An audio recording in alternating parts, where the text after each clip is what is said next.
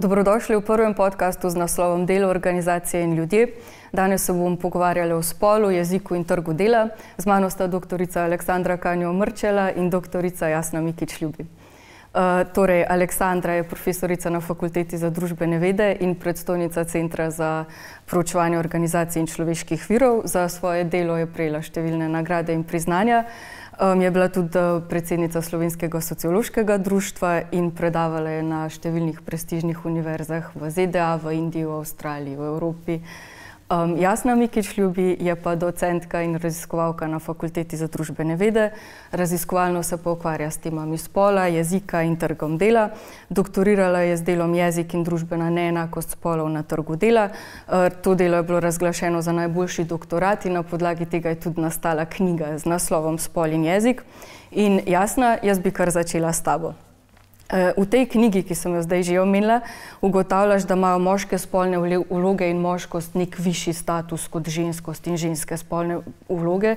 In za začetek me zanima, kako se ti ideali moškosti in ženskosti kažejo na trgu delovne sile. Super, najlepša hvala za povabilo, hvala za vprašanje, Kincaks. Za začetek bi povedala, da ko govorimo o idealih moškosti in ženskosti, govorimo pravzaprav o stereotipnih normah in prepričanjih, o tem, kaj moški oziroma ženska je, oziroma kaj, še bolje povedano, kaj bi moški oziroma ženska morala biti. Kaj je neko pričakovano vedenje, morda govor, izbere, glede na spol. In zdaj, v bistvu, ti ideali so močno kulturno in družbeno specifični na eni strani, na drugi strani pa so v neki globalni družbi določene specifike zelo univerzalne, se pa čez čas tudi ti ideali spreminjajo. In ponovno, ko govorimo o idealih, so to ena pomembna osnova za tradicionalno delitev dela v družbi, ki je ločena na javno in na zasebno sfero.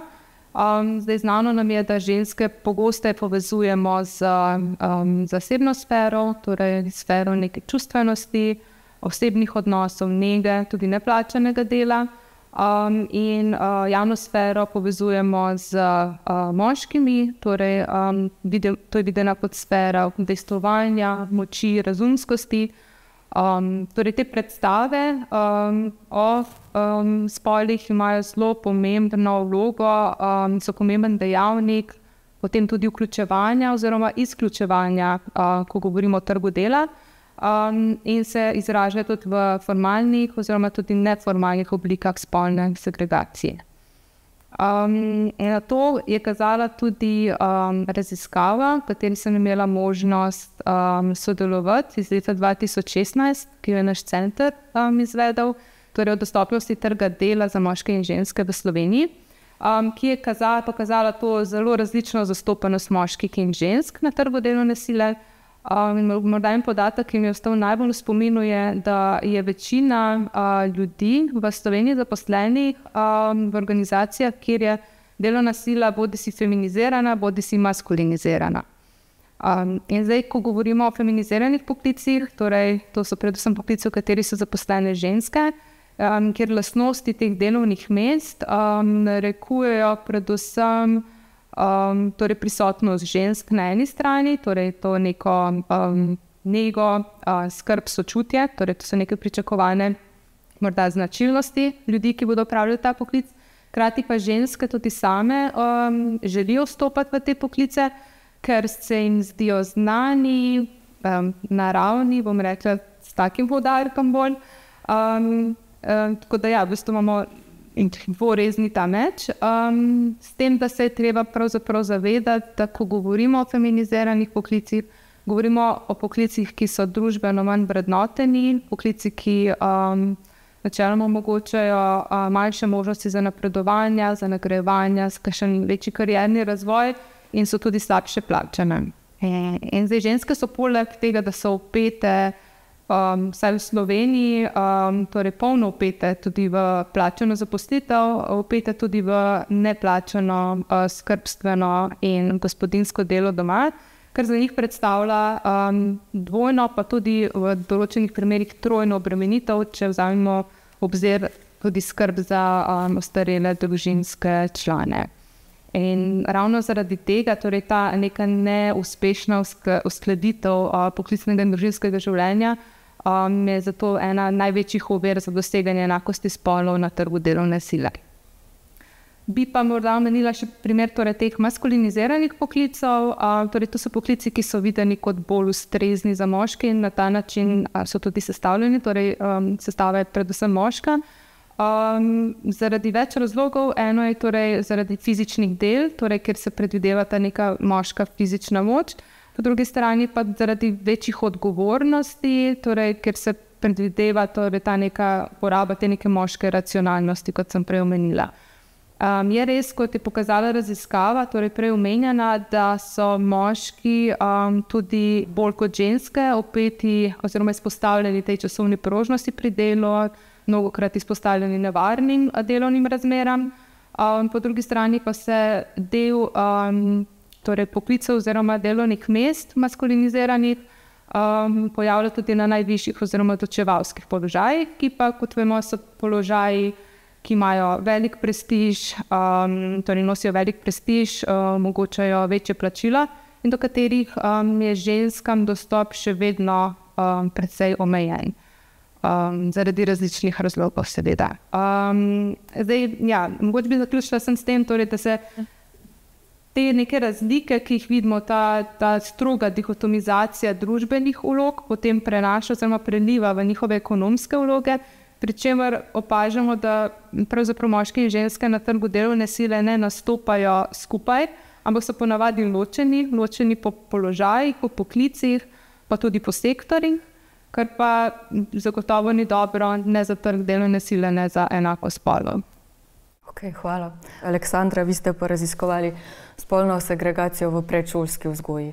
In zdaj me zanima, kakšni so bili pa tle uvidi, kaj ste ugotovili? Jaz mogoče preden odgovorimo to, kaj smo ugotovili s to raziskavo, kar je bilo zelo zanimivo, je tudi potrebno razmišljati, zakaj se mi sploh ukvarjamo z raziskovanjem, razlikovanjem med moškim in ženskami in v sferi dela, v poklice, v panogah.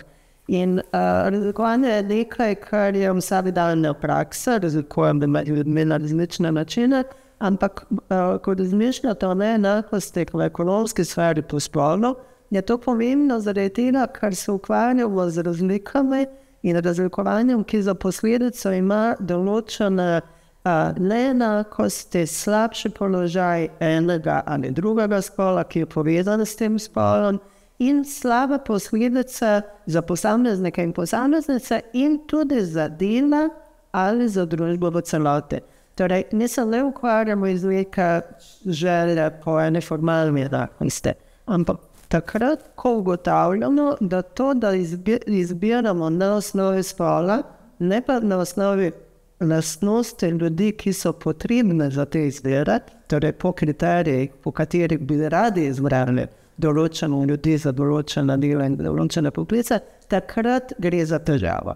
Torej, mi v feminiziranih poklicih iščemo načine razumevanja, zakaj so poklice feminizirane. Ali tukaj gre za eno naravno dejstvo, da smo ženske sposobne za nekaj, moški za nekaj drugega, ali mogoče za, tako kot je jasno rekla, za nekatere družbeno specifične pričakovanja od moških in žensk, v kaj mi sami tudi pristanemo, in pol dobimo to dokaj nenavadno situacijo, da imate večino poklicev, ki so maskulinizirane, nekaj manj poklicev, ki so feminizirane, in najmanj poklicev, kjer so mešane po spolu. Torej, to je dokaj nenavadno, ker smo ljudje tudi znotraj spolov zelo različni, imamo različne sposobnosti, zanimanja in tako naprej. Ampak to dejstvo kako pridejo ljudje v določene poklice.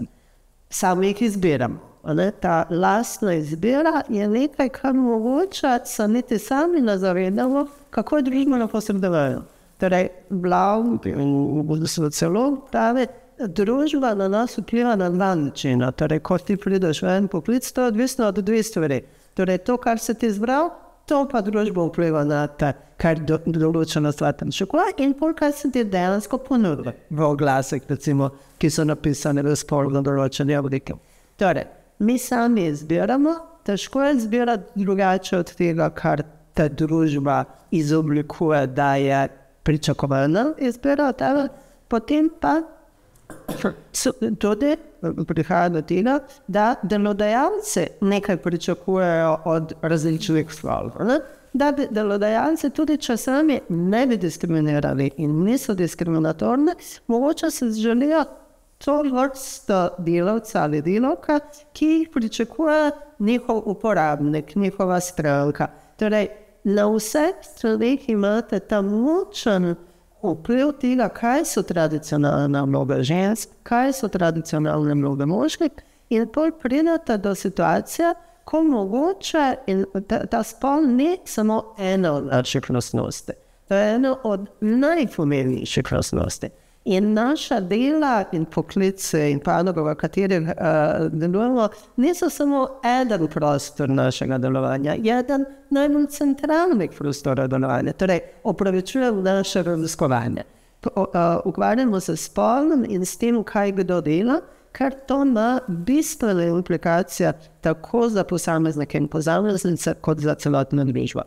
Torej, če delamo napake mogoče pri tem, delamo družbo na škodo. In zaradi tega je potrebno res razumeti, kako pride kdo v kateri poklic in zakaj pride do tako horizontalne in tudi vertikalne segregacije.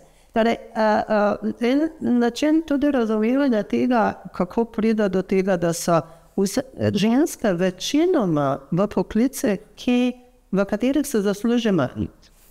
In na koncu imate v povprečju razlika, ki so pri moškem. Kako to, da moški nekako morajo zaslužiti več? Torej, ali vedno gre samo za mojo izbiro tega, da kako je možno, da ženske izbirajo tako nespametno fulizmo? Torej, in zakaj moški vedno morajo izbrati nekaj, kar mogoče vsak moški niti ne bi hotel? Torej, lažje je to razumeti, da moški izbirajo bistveno boljše plačane poklice.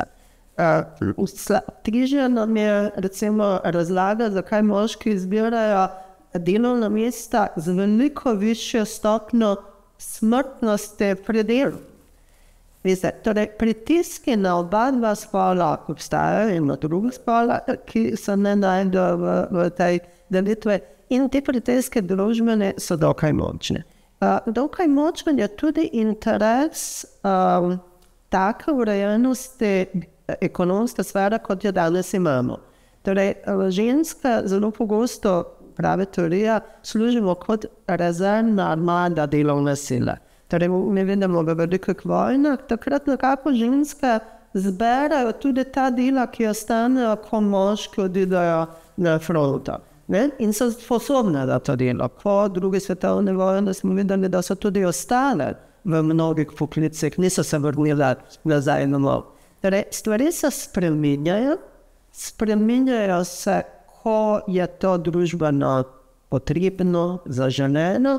Ta rezervna armada, ki ustvarja slabše plačana delovna sila ženska, je nekako in ta delitev v dve sfere. Javno sfero, kjer so dela plačana, zasebno sfero, kjer so neplačana, je nekako, pravim, podlaga za cel ekonomski sistem, v katerem živimo. In v katerem, kar je zelo pomembno poudariti, večina žensk ima slabše ekonomske koristi od moških, ampak tudi večina moških nima največ. Tudi večina moških je v podrejenem položaju. Tega se je tudi potrebno zavedati. Torej, nekako pomembno se zaveda, da ko govorimo o razlikovanju, to je prevod besede diskriminacija, zelo redko de facto gre za direktno diskriminacijo. Mi ne poznamo skoraj da več primerov, da delodajalec reče, ne bom te zaposlil, ker si ženska. Poznamo pa nekaj, čemu rečemo statistična diskriminacija. Ko delodajalec razmisli, kakšna je verjetnost, da ženska, ker ima potencialno otroka in ker ve, da večina žensk ostaja doma zaradi neplačanega skrbstvenega dela, ker se to mogoče tudi splača paru, ker moški zasluži več, ženska zasluži manj in izpad njenega prihodka v družinskem proračunu predstavlja manjši minus. Torej, ta delodajalec sprašuje, ali je možno, in statistično se izvede, da je možno, da bo ženska večkrat odsotna in zaradi statistične diskriminacije, torej nečesar pripisovanja človeku lastnosti ne njega samega, ampak njegove skupine, pride do diskriminacije. Torej, razlikovanje na trgu delovne sile je nekaj, kar poteka v obkroženo družbeno strukturo. Torej, vse, kar smo prej slišali, pričakovanja, tipičnost določenega dela, pričakovanje ideali moškosti in ženskosti, imajo v ekonomiji zelo merljive rezultate. In dobite dejansko to, s čim smo začeli, koncentracijo moških v maskulinizirane in žensk v feminizirane poklice. Zdaj, ženske nekako trkajo bolj na vrata maskuliniziranih poklicov in se želijo vključiti v maskulinizirane poklice, zaradi tega, ker je, kot smo ugotovili, tam več prestiža, več denarja, to so boljši poklici. Ne vsi, ampak primerjalno, očitno, zaradi teh jasnih kazalcev se ženske nagibajo k temu, da si želijo udreti v moške poklice.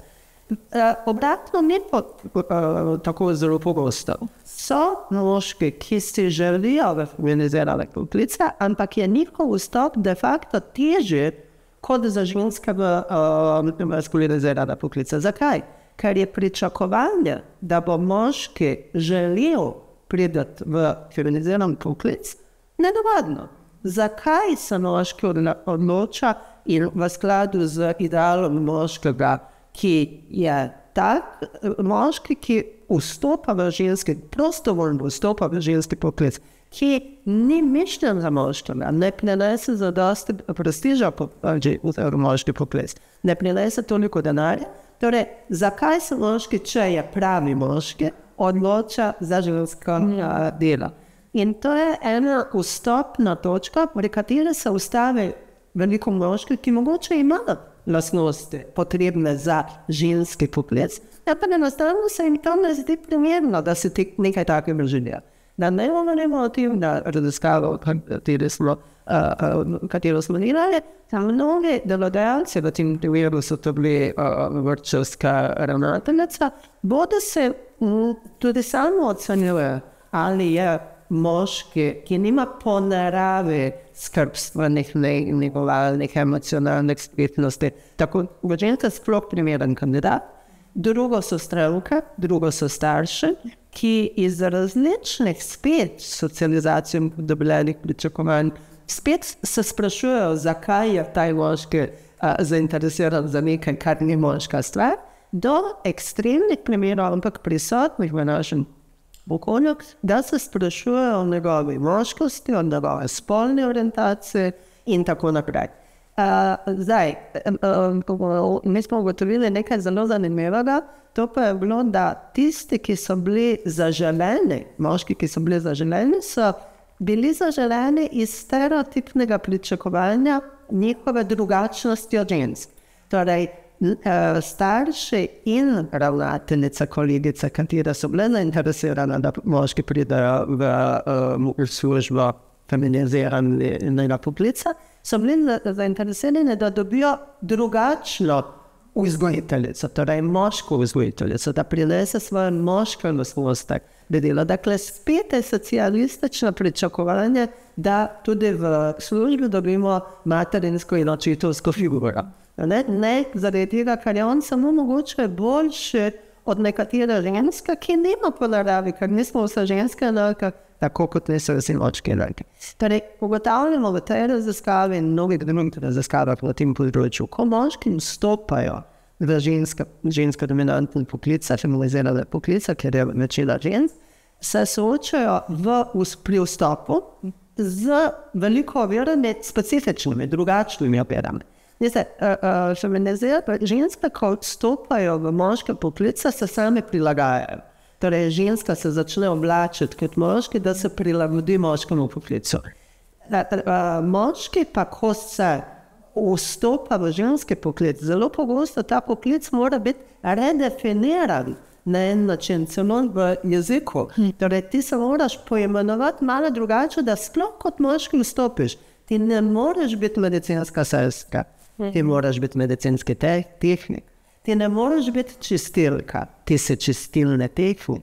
Torej, to je pa tudi zelo zanimivo, to si ti raziskovala v jeziku. Torej, mora se dodati ena tehnična, eno znanje, ena bolj zahtevna, da ne gre za naravno skrbstveno ali emocionalno spretnost, ker to imamo ženska. Moški morajo imeti nekaj drugega. Torej, mora se redefinirati poklic, da bi moški imel možnost vstopiti. Čeprav lahko vstopa, kot rečeno, iz tega, ker ima rad otroka, ker je nežen, skrben, bistveno bolj kot ženska, ki teh lastnosti ima. In zaradi tega tudi raziskave kažejo, da je bistveno manj poklicov, ki se spremenijo iz feminiziranega v maskulinizirani poklic. Bistveno več je poklicov, ki so naredili obratno pot. Tisti pa, ki se spremenijo, ponavadi to pomeni, da pol ženske izrinejo iz tega poklica, primer je računalničarstvo. Računalničarstvo je na začetku bilo ženski poklic. Takrat, ko pa se je začelo investirati veliko denarja, ko je računalniki so postali naša nova lokomotiva razvoja, takrat se je maskuliniziral, pridobil na statusu, pridobil na ekonomske vrednosti. Torej, to se zgodi. Ko pa samo da zaključim s tem, kaj smo še ugotovili pri teh zelo zanimivih raziskavah, kako moški vstopajo in kako živijo v ženskih feminiziranih poklicih, za razliko od žensk, ki ko pridejo v moški poklic, se morajo bistveno bolj dokazovati, če gre za poklice, v katerih se jim ne zaupa, da imajo določene lastnosti, moške po naravi.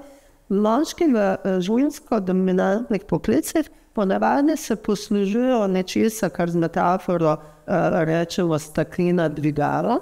Torej, nekako jim je malo lažje. Videli so zaradi svojega v andrarhalne družbe, kjer še vedno moškemu imamo predstavo o moških na višjih položajih. Ta moški je zdaj v enem kompliciranem položaju. On je moški, moral bi imeti višji položaj, prišel je dol na ženski položaj, ampak ker je moški, ga tukaj tretiramo v skladu z njegovim družbenim položajem. Torej mu dvignemo in on lahko, recimo, kar je statistično jasno in vidno, pridobi recimo vodstveni položaj. Tako da imate v feminizirane dejavnosti recimo zdravstva, ali šolstva, ali novinarstva, imate urednika, imate ravnatelja in tako naprej. Torej, moški vstopi, spol naredi ta preskok. Spol je strašno pomembna kategorija. Vsa debata o spolih zadnji čas temu govori. V prostoru dela pa nam je jasno, in to veliko raziskav kaže, kako se spol preliva, to je termin, prelivanje spolne vloge nad delovno vlogo. Torej, ti si v službi, ampak te večina ljudi ne vidi prvo po tvojem delovnem naslovu, v nazivu, delzi funkcije, ampak prvo, to je tako zelo pomembno. Torej, barva koža, starost in spol so, vemo, sidra identitete. In ta sidra so nam bolj pomembna kot karkoli drugega. Začela sem odgovarjati s tem, da razlikujemo ljudi po veliko različnih stvareh, ampak to, katerega spola so, katere rase so in koliko so stare, to vidimo prvo. In to vidimo, to je zanimivo in nevarno, Ker ko to vidimo, to ni ena neutralna stvar. Ne vidimo, da vi imate drugačno barvo kot jaz, ampak to nama ni tako pomembno. To, koliko smo stari, najno razmerja spremeni. Kar mislimo, da na osnovi tega vemo eno od druge več, kot dejansko mi. Ker tukaj se poslužujemo stereotipov, predsodkov, socializiranih pričakovanj. Kar zna biti pravim nevarno, ker lahko delamo napake in izberemo žensko v vrtec, ki je razen tega, da je ženska, nima vse teh lastnosti, katere pripisujemo ženskam po naravi, ker nismo vse enake.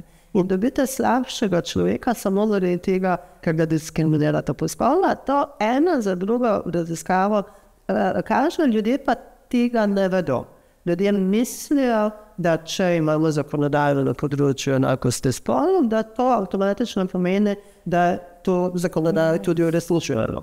Da ko imamo zakon, ki preprečuje diskriminacijo, seveda ne boš imel, kot sem rekla, delodajalca, ki bo rekel, da bom te zaposlil zaradi tvojega spola, ampak imaš zakrito delovanje, ki prinese do slabih odločitev.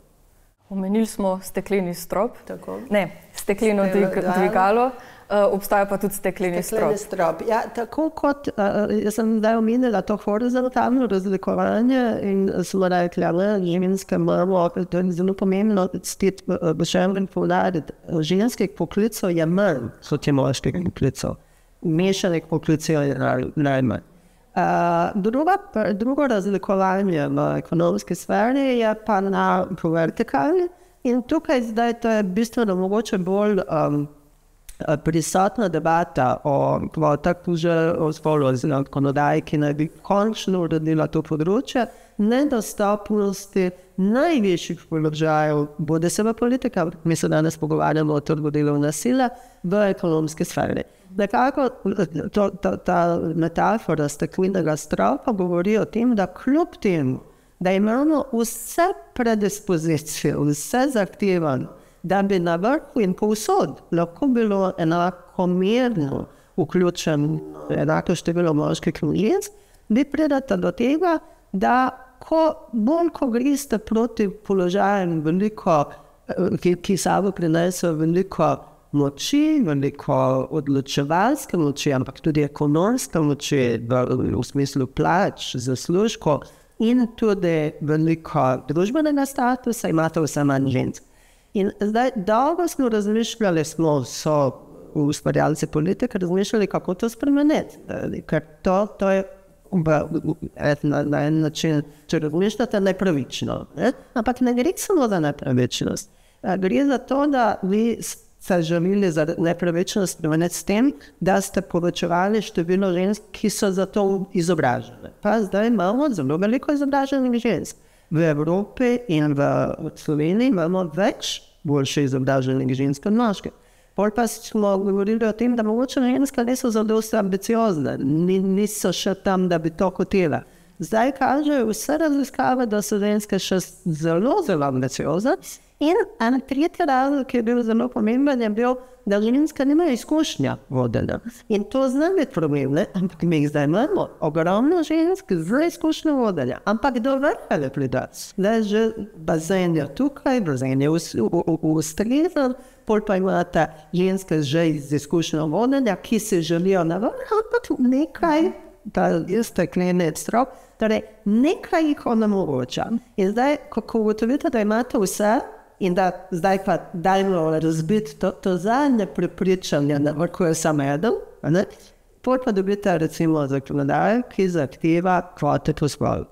In kvote po spolu je zanimivo razmišljati o kvotah po spolu. Ena zelo pogosti kritik takih prvi kritik je, ne nočemo imeti človeka na vrhu samo zaradi njegovega spola. Jaz pa na to kritiko zelo jasno govorim. Kvota po spolu služi točno temu, da se to ne zgodi. Da ne dobite na vrhu človeka, ki ni gor zaradi tega, ker ima znanje, izkušnje in ambicijo, ampak samo zaradi tega, ker je moški. Ker je to nekako pričakovano. In druga bistvena kritika, katera je treba absolutno nasloviti in razviti, je to, da ne smemo zdaj diskriminirati moška. Da ne bi zdaj zaradi tega, da ne diskriminiramo ženske, diskriminirali moški. To se ne more zgoditi. Zaradi tega, ker problem do sedanjih izbir je bil ta, da ste spregledali cel en del bazena ljudi, kar so bile ženske. S spolnimi kvotami dobite izbiro najboljših med moškimi in med ženskami. Torej, če upravni odbor ima 10 članov in če vi imate, vi veste, do tega smo prišli, ne dajemo kvote v situaciji na začetku 18. stoletja, ker je manjši del žensk bilo izobraženo. Imamo kvote za 2 dela pozivna na trgu delovne sile, ki sta enakovredna. Če ne, že malo bolj napolnjen ta bazen z ženskami. Torej, vi imate enako izobražene 2 dela populacije, ljudi z veliko izkušnjami, ljudi z veliko ambicije. In boste dobili, če 5 članov upravnega odbora moških, 5 žensk, boste imeli enakopravno izbiro in najboljša iz obeh svetov. Torej, napaka se lahko zgodi, če visoko izobražena ženska z veliko izkušnjami, veliko znanja in ambicije pustite spregledano, kar nima pravega spola. Torej, kvote nam omogočajo, da končno ne gledamo na spol, ampak gledamo na to, kar je pomembno za izbiro na položaj. In veste, ti položaji moči niso, jaz se ne zavzemam za kvote samo zaradi teh žensk posameznic. To so ženske, ki imajo že nekaj več moči v družbi in torej, to je tudi razlog, zakaj se o tem več govori kot mogoče o drugih ženskah, ki so v bistveno manj privilegirani položaj. Ampak te ženske, ki imajo ne še največ moči, ampak že zadosti moči, hočejo na položaje, ki so za vse nas zelo pomembni. Torej, kdo je na najvišjem položaju, koliko znanja, koliko usposobljen, na takih položajih, pomemben je vsak položaj. Ampak na odločevalskih položajih, ki vi želite, družba, organizacije želijo najboljše ljudi. In so napake v tem smislu zelo slabe. Ampak, kot rečeno, pomembne so vsi položaji. Slabo je tudi, ko naše otroke vzgajajo ne tako idealno vzgojiteljica, namesto, da bi tudi, jaz se ne zavzemam za kvote povsod. Ampak mislim, da kvote na najvišjih ekonomskih položajih imajo tudi simbolno vrednost. Malo razbijajo to naravnost, ker po naravi vi se mislimo daleč v tej družbi od enega naravnega stanja. Zelo, zelo daleč. Ta družbena posredovanost naših izbir, naših življenj, našega dela je enormna. Tako da ta naravnost je nekaj, kar po mojem služi samo temu, da se ustavlja status quo tam, kjer ustreza določenim interesom, ne pa celotno družbo. Najlepša hvala. In zdaj ta neenakost spolov se pač odraža tudi v jeziku. In to si tudi ti ugotavljala v tej knjigi. In zdaj 21. februarja, relativno nedolgo časa nazaj, smo obeležili ta mednarodni dan maternega jezika. In ja, jezik je pomembno sredstvo sporazumevanja, ključno sredstvo. Obenem pa ti ugotavljaš v tej knjigi, da je tudi sredstvo za reprodukcijo neenakosti med spoli. In zdaj me zanima, bi lahko kaj več povedala o nekih teh seksističnih vidikih slovenščine? Hvala za to vprašanje. Tukaj bi se navezala torej na to, da jezik definitivno je sredstvo, osnovno sredstvo sporazumevanja. In pa to, kar si drugo omenila, je, torej, kar je bilo bistveno izpostavljeno v moji knjigi, je, da ga ne smemo gledati torej, samo kot sredstvo za sporazumevanje, ampak predvsem to, kakšno vlogo igra pri ustvarjanju našega mišljenja, našega zaznavanja, torej na splošno situacijo okoli nas in pa v bistvu na kakšen način je vpet v odnose moči v družbi. Zdaj pri pisanju sem se močno naslanjala na avtorje in avtorice, katerih pogled je bil torej ta, da je jezik torej neposredno vpet v družbene strukture in s tem tudi neločljivo se povezuje z vsemi družbenimi procesi. In seksizem tako vidim oziroma ga definiram, seksistični jezik zelo široko, torej ravno na ta način, kot odraz na eni strani in na drugi strani kot odraz nekih družbenih neenakosti, na drugi strani kot neko sredstvo, ki ima možnost in torej možnost reproducirati tudi to družbo. Seksizem v slovenskem jeziku ni torej nič nenavadnega. Jaz sem sicer delala analizo na angleškem in slovenskem jeziku, sem pa seveda sproti ugotovila, da se zelo velik del vseh jezikov, svetovnih jezikov ukvarja torej z podobnimi težavami. Torej, seksizem v slovenščini je predvsem viden na dveh ravneh. Ena je raven slovnice, torej neke slovnične norme, druga pa je raven pomenov. Zdaj, ko govorimo o slovnici, govorimo o tem, da v bistvu vidimo kot najbolj problematično, torej to, da moško slovnično obliko uporabljamo kot nezaznamovalno, kot generično, govorimo, da je to nevtralna oblika, univerzalna, in kot tako jo uporabljamo za naslavljanje moških in pa za naslavljanje torej oseb, katerih spol je neznan ali nepomemben, in pa spolno mešane skupine ljudi.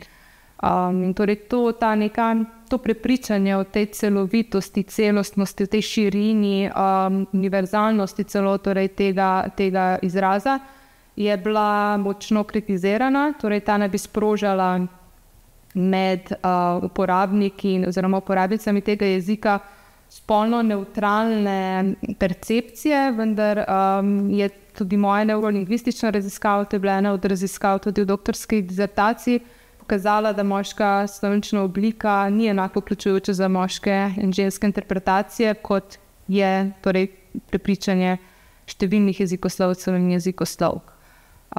In s tem bi želela poudariti, torej, da je ta zakoreninjenost seksizma videna predvsem torej v tej rabi, torej v tej institucionaliziranosti moške slovnične oblike kot nevtralne. Zdaj v slovenščini se pri tem srečujemo predvsem z dvema težavama, torej ena je množinska raba, ki jo zelo pogosto torej uporabljamo vsakodnevno kot neko retorično sredstvo, torej zbrali smo se danes tukaj, prišli smo, torej nekaj, kar počnemo popolnoma neozaveščeno. In pa morda recimo nagovarjanje, kot so recimo spoštovani udeleženci, pri čemer mislimo torej tako moške kot ženske. Drugi, sicer bolj problematičen vidik, ki je od leta 2001 dalje že označen kot neknjižen, pa je edinska raba generične oblike, torej govorimo o posamezni osebi, ki je recimo ženskega spola in jo nastavljamo z moško obliko. Torej govorimo, da je Ana je arhitekt. Jaz sem zagotovo že večkrat, pa si predstavljam, da tudi ve, doživele, torej, da ste bile nastavljene na različnih dogodkih kot doktor Aleksandra Kanjo Mrčela, kar je seveda primer neknjižne rabe, pravilno je torej, da se reče doktorica Aleksandra Kanjo Mrčela. Zdaj, če se premaknem na drugo raven, na raven pomenov, tukaj je pa predvsem v ospredje postavljeno torej neenakovredno naslavljanje in opisovanje moških in žensk. In zdaj, da bi lahko moške in ženske enakovredno naslavljali, je potrebno, torej, da jim podelimo orodja, s katerimi bomo lahko naslavljali, torej, da imamo zares tudi na voljo torej, ženska poimenovanja, ne samo moška. In ta so, kot sem raziskovala iz vidika besedotvorja v slovenskem knjižnem jeziku, torej zelo enostavna za tvorbo in se torej na ta način je možno vsakemu moškemu poimenovanju dodati žensko poimenovanje, ki sicer vedno izpeljanke z moškega poimenovanja, vendar vseeno. In od leta 2001 so v slovenskem pravopisu tudi dodali, torej vsem samostalnikom tudi pri vršilcih dejanja, tudi žensko obliko. Zdaj, a se te ženske oblike uporabljajo v javnem prostoru oziroma tudi v zasebnih in torej drugih okoliščinah, ugotavljamo, da ne. Gre za zelo nedosledno rabo in na enih okoliščinah celo za velik odpor proti tej rabi. Zakaj? Dva razloga sta tako torej teorija govori predvsem o dveh nekih razlogih, ki sta ključna morda. Eno je torej prisotnost semantične simetrije, kjer gre za proces, kjer torej ženska poimenovanja asociiramo z nekimi negativnimi pojavi, recimo z neko ironizacijo, z neko manj vrednostjo, s slabšalnimi prizvoki. Recimo primer tega je čarovnik, čarovnica, to je tak osnovni primer v slovenskem jeziku, kjer čarovnik načeloma opisujemo osebo, ki zbuja neko straho spoštovanje. Čarovnico pa, kot vemo, je oseba, katero opisujemo zelo negativno, na podlagi videza, na podlagi nekih značajskih lastnosti. Pa tudi primer tajnik, tajnica, kjer sicer je bolj specifičen primer, ker gre tudi na koncu za opis drugačnega delovnega mesta, pa vseeno, ko govorimo o tajniku, govorimo o osebi, ki v bistvu prevzema neke vodstvene odgovornosti, medtem ko si kot tajnica predstavljamo predvsem osebo, ki je zadolžena za kuhanje kave, gozlov in laično rečeno. Ja, drugi vidik, ki sem ga omenila, pa je predvsem torej to, da so ženska poimenovanja mnogokrat asociirana z nekimi stvarmi oziroma neživim. To je raziskovala Renata Šribar. Recimo primer popotnik, popotnica, popotnik torej moški, ki potuje, ženska, ki potuje popotnica, hkrati pa je to tudi prigrizek za na pot. Podobno velja recimo za naslovnik, naslovnica. Naslovnica oseba, katero nastavljamo, je pa hkrati tudi prva stran knjige, revije in tako dalje. To so recimo lahko eni od razlogov, zakaj so ženske poimenovanja ne uporablja. Ja, bi pa mogoče še omenila druge vidike seksizma, torej na ravni pomenov, kjer pa govorimo torej o tem, kar nam je verjetno najbolj znano, torej to, da opisujemo moške in ženske zelo stereotipno oziroma na podlagi spolnih stereotipov. Tukaj so raziskave pokazale, da ženske predvsem opisujemo na podlagi zunanjosti, moške pa na podlagi sposobnosti in položajev, ki jih zasedajo. Na to kažejo recimo v SSKJ-ju gesli dekle-fant primerjava, oziroma moški-ženska tudi. Vemo tudi iz medijskega poročanja, zagotovo si bomo zapomnili primer Alenke Bratušek v Tigrastem krilu in kako je bilo to bistvo tega poročanja medijskega, ne pa njene torej politični obisk, ki ga je takrat izvedla. Ja, bom se na hitro omenila torej še dve zadevi. Ena je torej, kako izražamo to neko stopnjo domačnosti pri nastavljanju moških in žensk. Torej, teorija je, da ženske večinoma nastavljamo samo z imenom, moške z imenom in priimkom oziroma še z dodanim recimo gospodom. Torej, to neko neskladje med tem, da govorimo o gospodu Maroltu in Sonji, kot nekemu na videz enakovrednemu paru. In pa seveda svojina predelniška oblika ženskega priimka, ki torej sama tradicija prevzemanja moškega priimka je videna seveda v feminističnih krogih kot torej odraz neke podrejenosti, torej ženske podrejenosti moškemu oziroma ženske odvisnosti od moškega, se ta v slovenskem jeziku še nekoliko bolj poglobi, torej s tem, ko dodajemo v končnici oba oziroma eva ženskim priimkom, torej Joga Nova, Mikičeva, torej direktno odgovarjamo na vprašanje, čigava je neka oseba in s tem še dodatno poglobimo torej to neko podrejeno ženske, ki seveda prispeva k jezikovni neenakopravnosti, zagotovo pa tudi k delni neuradnosti pri naslavljanju žensk. Hvala. Zdaj pa še vem, da si tudi raziskovala zaposlitvene oglase. Kako se pa ta spolna neenakost kaže na tej ravni, na tej empirični podlagi zaposlitev? Ja, tako je. Analizo zaposlitvenih oglasov sem izvedla. Sama motivacija za to so bile predhodne raziskave, ki so ugotovile, torej, kako zelo pomembno vlogo ima ta oblika zapisa, nekega ali poklicnega naziva ali nekega oglasa za zaposlitev in koliko v bistvu na eni strani vpliva na to, kdo bodo ti kandidati oziroma kandidatke, ki se bodo prijavili na to delovno mesto, po drugi strani pa že sam izraz odraža v veliki meri torej neko spolno sestavljenost tega delovnega mesta ali poklica, torej za katero je razpisan oglas.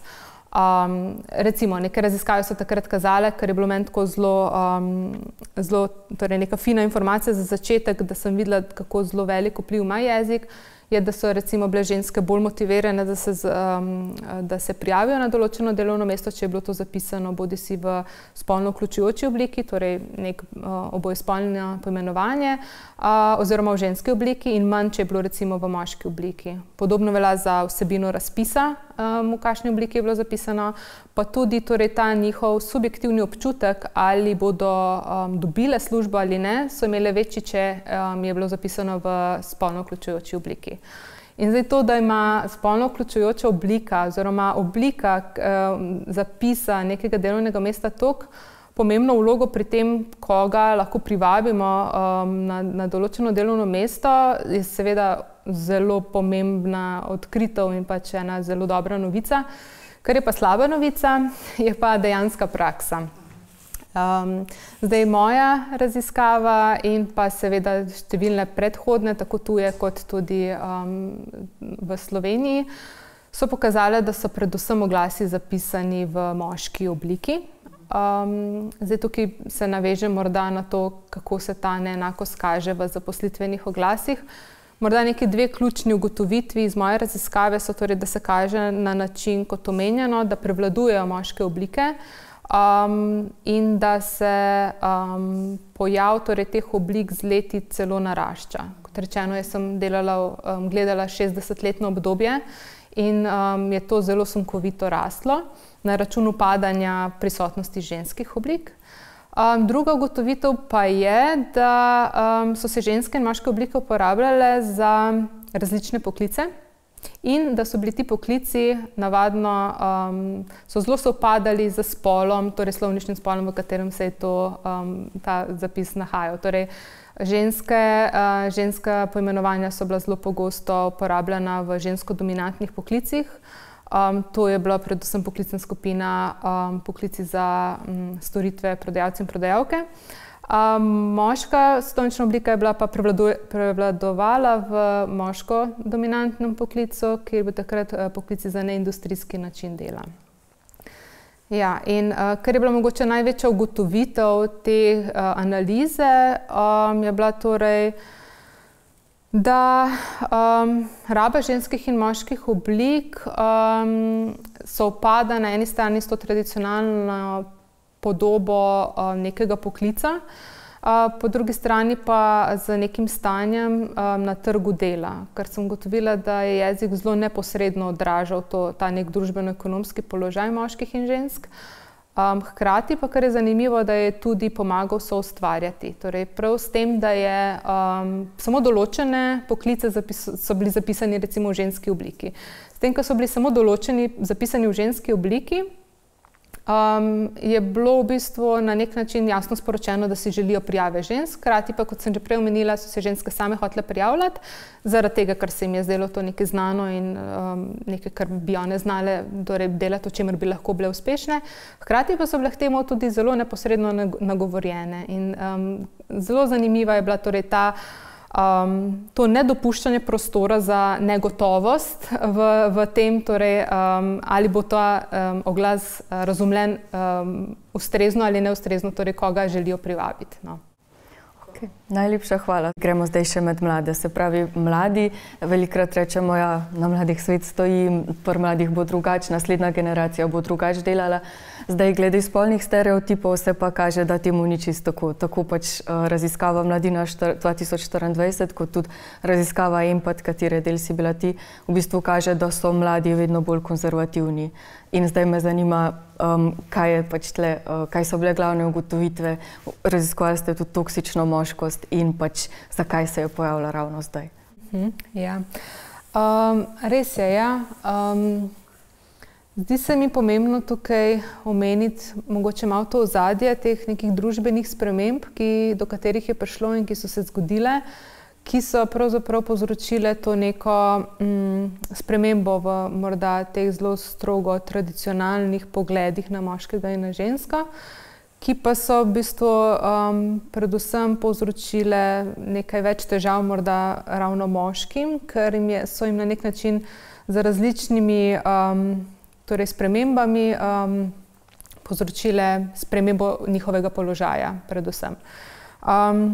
Tukaj je recimo morda najpomembnejši torej na dva faktorja, ki sta spremenila to predvsem javno sfero, je porast tega storitvenega gospodarstva in pa porast torej teh bolj nestandardnih oblik zaposlitev, ki so rezultirale v večji brezposelnosti predvsem moških, s čimer se je ogrozila ta njihova podoba kot nekih hraniteljev družine, pa tudi to, da so ženske seveda začele množično vstopati ne samo v plačane zaposlitve, ampak predvsem tudi na maskulinizirana poklice in delovna mesta, s čimer se je mogoče spet ponovno zamajala ta podoba moške neke superiornosti, ekonomske superiornosti, in postavila moške v položaj, kjer morajo v bistvu tekmovati z ženskami za delovna mesta.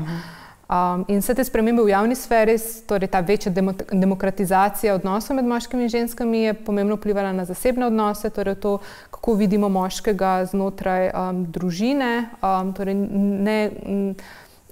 zmanjšala se torej velikost torej poudarjanja moškega kot neke naravne moralne avtoritete v družini, tudi ženske niso videne samo zgolj kot neke skrbnice in gospodinje, s tem se je razširil tudi prostor za moške, vključevanje moških v skrbstveno delo, pa seveda nekateri številni drugi razlogi, ki so vplivali na to, torej kot rečeno, to rahljanje neke tradicionalne podobe moškega. In v bistvu lahko govorimo pravzaprav, oziroma se govori bolj o tako imenovani krizi moškosti, ki v bistvu moške postavlja v en popolnoma nov položaj. Ti moški se čutijo v bistvu odtojeni od tega, kar so videli vsa ta leta kot neko primarno, morda naravno njihovo vlogo v družbi, nek položaj, ki jim je bil znan, s katerega so tesno povezovali svojo lastno identiteto. In so v bistvu na nek način sami sebe vidijo kot žrtev na eni strani večje emancipacije žensk in hkrati torej odmikanja od teh nekih tradicionalnih podob, zaradi česar prihaja do teh nekih občutkov nemoči, tesnobe. Zato, da bi ohranili to, kar jim je znano, ki jim sproti, kar je plus, seveda podarja tudi privilegiran položaj, se želijo torej vračati nazaj v te neke konzervativne vrednote, v ta način razmišljanja. Tukaj bi omenila morda ta diskurs o tej krizi moškosti in o tej viktimizaciji moških, katere so prevzele številne skupine.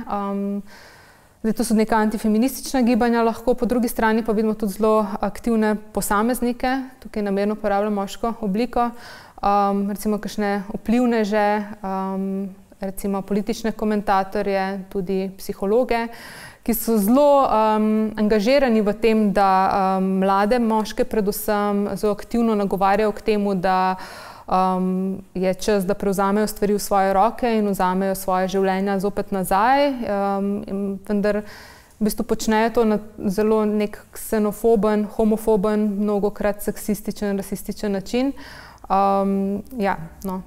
In s tem pridemo mogoče tudi na to toksično moškost, torej do tega nekega spoznanja, da ta patriarhalna družba, v kateri smo in ki poudarja, da so v bistvu moški in moškosti več vredni kot ženske in ženskosti, ni škodljiv samo za ženske, kot smo sprva mislili oziroma raziskovali, ampak se čedalje bolj kaže, da je to, da ima torej ti ideali hegemonske moškosti, da imajo zelo negativne posledice, ne samo za ženske, ampak predvsem za moške in v celoti za družbo. In to se kaže predvsem v tem, da se moške socializira k temu, da izkazujejo neko moč in nadvlado, da temeljijo, torej njihova predstava temelji na škodljivih spolnih stereotipih, da morajo biti vedno močni, trdni, razumski, da ne smejo kazati čustev, da ne smejo iskati pomoči.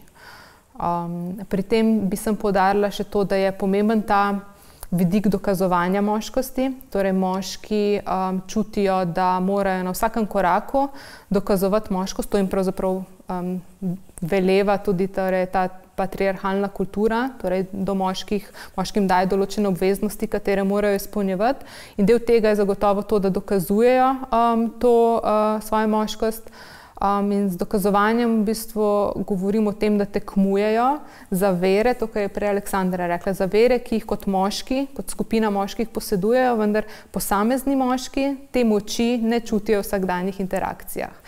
Ravno zato je to dokazovanje za njih toliko pomembno, včasih se zdi celo življenjsko, ker ne dokazujejo torej svoje moškosti samo ženskam, torej ne tekmujejo samo zaradi žensk, ampak predvsem moškim in pa celotni družbi na splošno. Omenjeno je tudi že bilo torej, neka kazen za to, da pač ne dosegaš teh idealov hegemonske moškosti, torej da ne uspeš zadosti dobro uprizoriti svoje moškosti, doseči to pravo moškost, je tudi to, da si avtomatsko asociiran z homoseksualnostjo. In torej ta neka homoseksualnost postane v bistvu kratica, na nek način tako je avtomatizem za torej nemoškost. In cena nemoškosti oziroma moškosti je zato zelo, zelo visoka. In se kaže v zelo različnih načinih nekega destruktivnega vedenja, torej nekega nasilja nad drugimi, nad sabo, v slabih odnosih, v večji tveganosti poškodb in tako dalje. Okay, hvala. Kako pa pač zdaj vidimo, da so neki ti spolni stereotipi problematični in zdaj me pa zanima, kako pa to nasloviti, kako pa razbijati te stereotipe? Ja, kaj lahko v praksi naredimo, ne vem, kot posamezniki? Ja, jaz sem razmišljala o tem vprašanju, v bistvu, kako bi ga odgovorila, ker je večno vprašanje, se mi zdi to. Pač, zdi se mi, da je pomembno, da gremo v to smer, iz katere smo prišli. Torej, ko smo rekli, socializirani smo bili v določena prepričanja, v določene stereotipe. Že od drugega leta starosti dalje, v bistvu že pred 2 letih nekako začnemo si oblikovati te stereotipe, ker je v bistvu zelo taka ena informacija, ki te kar malo zgrozi, no, koliko zelo zgodaj v življenju se srečamo z nekimi stereotipi. In pri tem seveda temu prispevajo na eni strani starši, na drugi strani prijatelji, vrstniki, vzgojno-izobraževalne institucije, potem naprej izobraževalne institucije, mediji, družba kot celota. Tako da v bistvu vse te deležnike bi bilo zelo fino nasloviti pri tem, ko se torej želimo spopasti na nek način s spolnimi stereotipi. Na kakšne načine teh načinov je seveda veliko. Na začetku včasih se mi zdi žalostno, da moram v bistvu to sploh reči, ampak z nekim ozaveščanjem. Zakaj še vedno smo tam, da pač moramo sploh o tem ozaveščati? Ampak ja, ozaveščanje se izkaže vedno znova kot še vedno zelo potrebno. Na različnih ravneh, kot rečeno, morda ti izobraževalne institucije igrajo res zelo veliko vlogo, katero mnogokrat spregledamo. Od učiteljev in učiteljic, ki so lahko neki vzorniki v tej bolj neki vključujoči drži in mogoče načinu, kako opravljajo stvari, torej že znotraj razreda, do tega, da se predvsem uči to neko kritično mišljenje. Že o učbenikih, drugih gradivih, ki jih srečamo v izobraževalnem procesu, vemo, da so polni spolnih stereotipov. Zdaj, namesto da jih učimo in potrjujemo te spolne stereotipe, jih lahko torej ozaveščamo v tej smeri, da so pozorni na te stvari. Podobno recimo velja za medije, medijsko opismenjevanje, sploh prisotnost mladih na spletu. To je neka kritična drža do tega, kakšne informacije dobijo tam in da jih znajo torej sami tudi sfiltrirati. In pa seveda zelo bi bilo fino imeti vzornike in vzornice. Zdaj imamo zelo veliko negativnih javnih vzornikov in vzornic, po katerih lahko sklepamo, kako se ne obnašati in kako v bistvu ne potrjevati teh nekih spolnih stereotipov. Ampak ja, zelo fino bi bilo videti torej več teh nekih posameznikov in posameznic, ki so izbirali morda manj spolno tradicionalne poti in pokazati torej, da se da in da je to stvar, ki bi jo mogli početi vsi, ravno zato, ker je toliko pomembna za družbo. Okay, hvala. Zdaj pa spet Aleksandra, še zadnji sklop. Zdaj vemo, da se spol preliva tudi v naše materialne pozicije, naše materialno stanje in pomembna tema, ko govorimo o enakosti spolov, bliža se 8. marec, je tudi plačna neenakost. In zdaj vi ste bila del raziskave, ki je v 15 državah sveta raziskovala to plačno neenakost in me zanima, kakšna je trenutno plačna vrzel med spoloma v Sloveniji in kje se Slovenija umešča med teh 15 držav? Ja, zdaj odgovor zapeljem pozitivno in negativno, bomo oboje naredila. Torej, Slovenija, če merimo povprečje neenakosti, povprečne plače med moškimi in ženskami, je znotraj Evropske unije nekje v boljši polovici. Recimo, pri nas je plačna neenakost zdaj okrog 8%, najslabše države ima povprečje 13%, najslabše so na 21%, najboljša, če ne štejemo zelo majhne državice Luksemburga, ampak recimo Italija in Romunija so zdaj na 4,5%. Torej, mi smo dolgo, to je pomembno povedati, mi smo dolgo na tem, to je eden kazalcev, plačne neenakosti bili med najboljšimi ali najboljšimi v enem trenutku.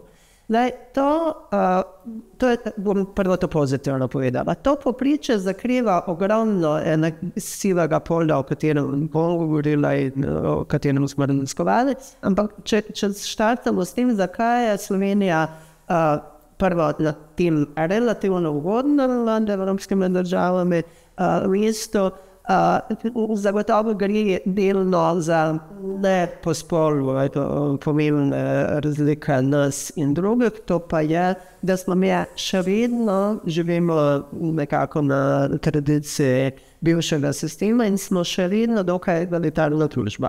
Torej, v egalitarni družbi, kjer so vse plačne neenakosti relativno majhne, je tudi po spolu so relativno majhne. Ampak nekaj drugega je mogoče zelo pomembno, kar je pozitivno za Slovenijo, da se kaže ne samo pri nas, ampak pri nas smo v tem dobri, da na manjšo razliko v plačah in dohodkih med spoloma vpliva recimo to, kako ženske in moški delajo. Ženske in moški v Sloveniji še vedno dominantno delajo v največjem odstotku polni delovni čas.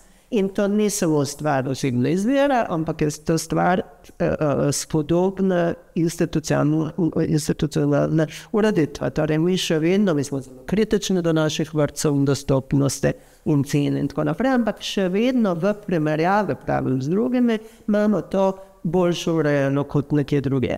Druga stvar je izjemno vzorno dobro urejene starševske dopuste. Torej, in materinski, in novejša očetovski, in že dolgo starševski. Seveda vse te idealne tipe moškosti in ženskosti, razklanosti na te sfere govorimo mi v praksi, mi imamo že dolgo starševski dopust, ki načeloma se lahko deli, pritisk na ženske bistveno večji in želja žensk, da ostanejo doma z otrokom dlje časa, je bistveno večja. Torej, kljub temu, da imamo ureditev boljšo kot druge, vse niso idealne. Torej, to je, zakaj smo mi relativno boljši. Mi se poslabšujemo. Torej, to je nekaj, kar smo tudi mi ugotovili. In mi smo ugotavljali, pa tudi že naša statistika plač vam pove, da ta splošna, relativno najslabša situacija, takoj, ko greste pogledati po poklicih, ali ko greste pogledati po panogah, ni poklicna skupina v Sloveniji, kjer bi ženske zaslužimo več kot moški. In tudi v največji večini panog je tudi temu tako.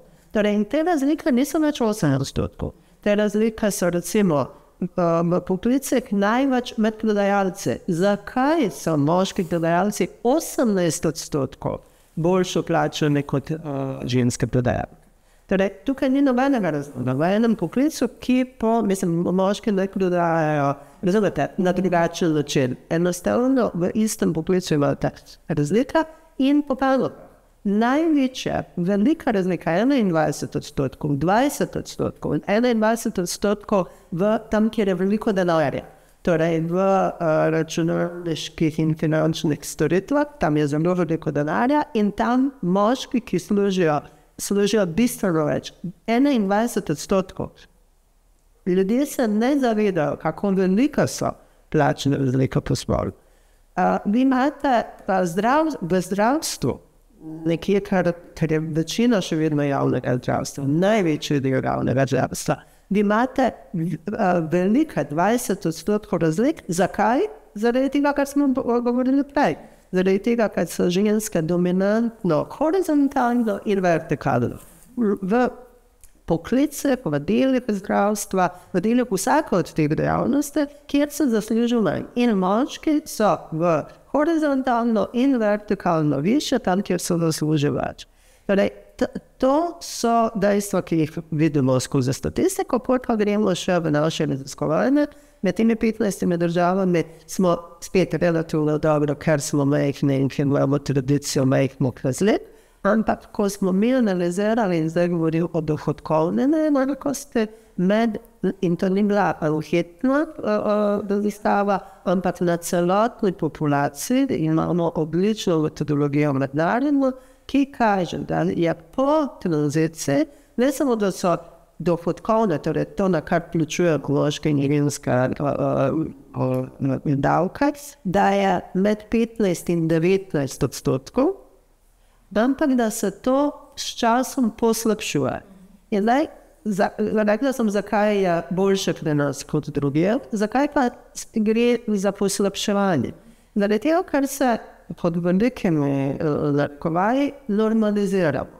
Postajamo normalno kapitalistično gospodarstvo, se tudi retradicionaliziramo. Normalno kapitalistično gospodarstvo pomeni gospodarstvo z večjimi socialnimi razlikami, pomeni, da postajamo manj socialno občutljivi, pomeni, da tisti, ki imajo zunaj delovno obveznosti, pomeni, da nam je center vsega plačano zaposlitev, da vsi tisti, ki imajo zunaj delovno obveznosti, to je pa, kot smo slišali, feminizirana, so v slabšem položaju. Torej, lahko pričakujemo, in to sem rekla pred 5 leti in to zdaj doživljamo, mi bomo imeli vse večje plačne razlike med spoloma, vse večje razlike med ljudmi in na koncu bom poskušala pomagati v odgovoru, kaj narediti s tem. Sem da dokončam s temi plačnimi neenakostmi. Torej, tradicionaliziramo se na žalost tudi v tem smislu, da ženske in moški ne da bi se premikali proti manj stereotipnim in manj določenim po spolu vlogam, ampak da izgleda, ko analiziraš družabno mreže in tako naprej, da se nekatere stvari, katere smo mislili, da smo že dali adapta, spet pojavljajo. Torej, želja žensk potem, da ostanejo doma in samo skrbijo za otroke. Niti svojo visoko izobrazbo ne upravičujejo družbi. Niti samo sebe gradijo. Torej, in kar predstavlja velik pritisk na moška, ki morajo služiti za svojo ženo in svoje otroke. Razumete? Torej, ta neka retradicionalizacija ima spet zelo negativen vpliv na to mlajšo generacijo, katera je že itak pred izzivom. Torej, raziskave, ki smo jih delali, kažejo, da v Sloveniji še to so zelo specifični razlogi in drugačni kot po drugom, da v enem velikem delu, ko odmislite to horizontalno segregacijo, vertikalno segregacijo, to koliko ljudi delajo in koliko časa delajo in tako naprej, da prihaja do enega večjega dela v Sloveniji kot celo v drugih državah, katerega ne morete pojasniti. Kar nakazuje, torej ne moram reči, da je indikator diskriminacije, ampak nakazuje, da pri nas imamo višjo stopnjo mogoče tega, da ko vidimo po spolu, rangiramo različno. To so recimo stvari, katere moramo še raziskovati v prihodnje. En zelo pomemben vir, splošno, ne samo v Sloveniji, neenakosti v plačah po spolu, pa je prav ta, ne samo na trgu delovne sile, ampak vezana v našo vpetost v zasebno življenje in nujna dela, ki tam potekajo, neplačana, a za ekonomski sistem absolutno vojno in absolutno feminizira. In torej to, da ženske opravijo ogromno količino. V Sloveniji smo tukaj šampionke, že spet zadnji podatki, katere vidim, so, da ženske opravijo vsaj 3-krat več neplačanega gospodinjskega in skrbstvenega dela kot moški v Sloveniji, in ženska v Sloveniji je več kot druge ženske v Evropi. Torej, ženske v Sloveniji, spomnite se, sem rekla, delajo v glavno večino v poln delovni čas, in več kot Nemka, Italijanka, Švicarke, ki delajo pol delovnega časa, namenijo skrbi več svojega časa namenijo še dodatno skrbi za dom, družino. In to, kar smo slišali, ne gre zdaj tukaj samo, mi smo starajoča se družba, gre za delo in skrb za otroke in za starejše osebe. Torej, veliko je še vedno na ženskah, ampak to je vedno kot pozitiv, negativ. Toliko, koliko smo ženske izključene, diskriminirane iz trga delovne sile, to je en povratni udarec na moške, ki v teh vlogah, ki so plačane, ki prenesejo status, morajo narediti več in boljše. Torej, patriarhalna družba, to se mi je zdelo odlično, kot je rekla Jasna. Torej, patriarhalna družba stane zelo veliko ženske, ampak tudi moške. In mi bi za ta 8. marec morali ugotoviti, da enostavno ne bo šlo več na ta način, da mislimo samo ženske. Ker to povzroča ta prevelika koncentracija na negativnosti patriarhalnega sistema za ženske, povzroča nekako samo umirno se te zdi, če mislimo, da so ženske v problemu, torej moški niso. Sem da moški so, sem na drugačen način. Torej, to je nekaj, kar moramo vedeti. Zdaj pa še za konec, kako pa to nasloviti? Ja, to nasloviti, to je povezano s tem, mogoče res, in delamo vedno vsak, ki se ukvarja s svojo težavo, feminizem, kot je Jasna povedala, se je začel ukvarjati z nujnostjo emancipacije žensk. In absolutno večina tega gibanja je naredila odlične stvari. Mi smo res dobili več pravic, imamo pravice do lastnine, pravice do političnega glasu, pravice do več in boljšega izobraževanja, boljši dostop do tega delovne sile. Ni še vse razrešeno, ampak hkrati mogoče nismo naslovili enega zelo pomembnega vprašanja, to pa je, kdo pa je skupen sovražnik, nekako. Zakaj pa tudi moški ne živijo pod bistveno boljše? Zakaj so tako v veliki težavi? To, kar je rekla Jasna, moški neprimerno večkrat, recimo neprimerno večkrat so v službah z veliko stopnjo tveganja in smrti na delovnih mestih. To naša statistika kaže. Torej, moški neprimerno večkrat doživijo smrt na delovnem mestu, poškodbe na delovnem mestu, ki so končale smrtja. Moški se, zadnje podatke sem pogledala, 4,5 večkrat naredijo samomor kot ženska v Sloveniji. Za te stopnje nasilja med moškimi, nad moškimi, moški so storilci in tudi žrtva nasilja med njimi in nad samim sabo. To je strašna težava, katero redko nastavljamo. Obstaja zdaj tudi dan moških, ampak ljudje ne vedo za to. Mislim, da je ta fokusirana zdaj nova raziskovalna, ki jo doživljamo v sociologiji študija spolov, zelo upravičena, ker enostavno ne morete razrešiti težave ene polovice sveta, če ne mislite o drugi polovici sveta. In mislim, da se nakazuje nekako, kako ta ekonomski sistem, ki prinaša velika koriste peščice ljudi in njimi je večina moških, ampak so tudi ženske. Ta peščica, ki vodi gospodarstva, države, na način, ki res je v interesu te peščice in ni v interesu nobene ženske in največjega števila moških. Torej, nobene razen teh nekaj, ki so v tej majhni skupinici.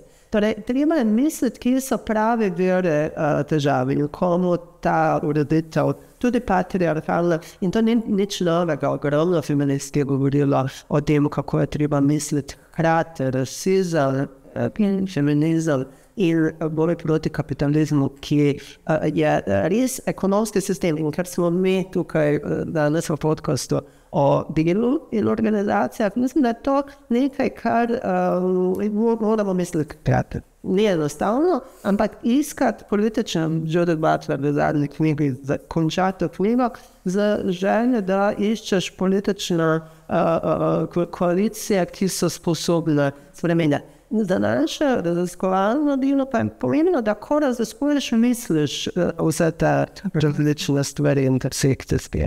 Se pravi, zdaj za konec imam pa še vprašanje za obe. In sicer to vprašanje je nekoliko provokativno, oziroma vsaj moram povedati, da jaz na nimam odgovora. Izhaja pa iz mojega vsakdanjega življenja, ker sem 2 leti nazaj govorila z eno znanko in sem omenila točno to, kar pač to vašo študijo, da se pač na enakem delovnem mestu so plačne neenakosti. Omenila sem spolne stereotipe, da ženske ne pridemo na vodilne položaje. Prišli sva seveda na vprašanje kvot in potem je ona rekla, da če govorimo o kvotah, zakaj potem ne bi dali kvot tudi naprimer za ženske v poklicih, kot so rudarji, kot so vojaki, ki pač umirajo v poklicih. In pač zdaj me zanima, kako bi pa vidve odgovorile na tako vprašanje, ker jaz priznam, jaz sem ostala brez besed. Meni se zdi to vprašanje fantastično. Meni se zdi, da to vprašanje naslovi točno to, o čem sem prej govorila. Torej, ko razmišljate o kvotah za najvišje položaje. Tukaj gre za eno logiko tega, da so to zaželene položaje, na katerih so zdaj osebe, katere mogoče nimajo idealnih kvalifikacij, ampak so tam zaradi svojega spola.